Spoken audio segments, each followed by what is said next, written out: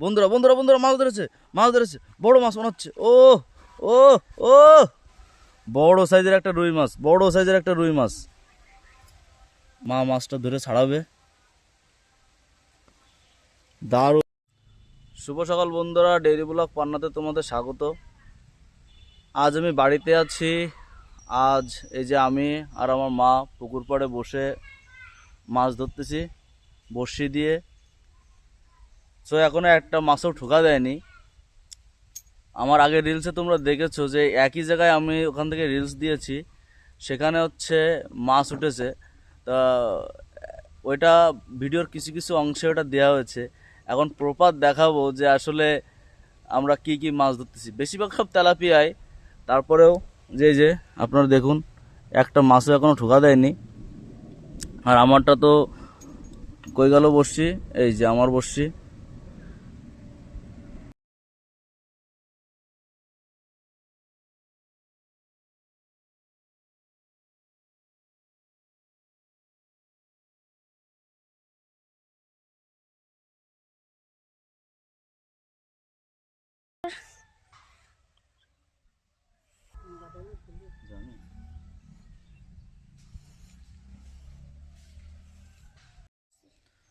বন্ধুরা অনেক সময় ধরে বসে আছি, ঠোকাও দিচ্ছে না, কিছু হচ্ছে না। যে আসলে মাছ কি পুকুরে আসে না নেই কিছুই বুঝতে পারতেছি না।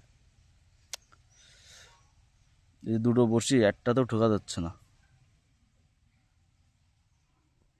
বন্ধুরা এই একটা বসি থেকে ঠোকা দিচ্ছে,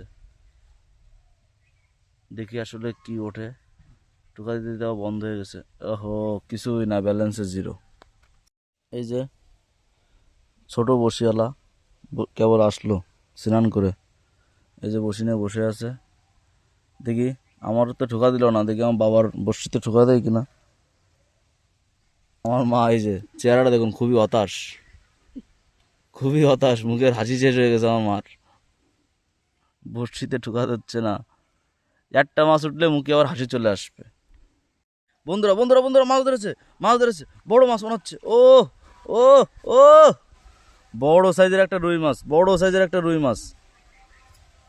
দারুণ দারুণ, বহু প্রতীক্ষার পরে এবার মার বসিতেই উঠলো রুই মাছ। মিনিমাম হাফ কেজি তো হবে এই মাছটার সাইজ।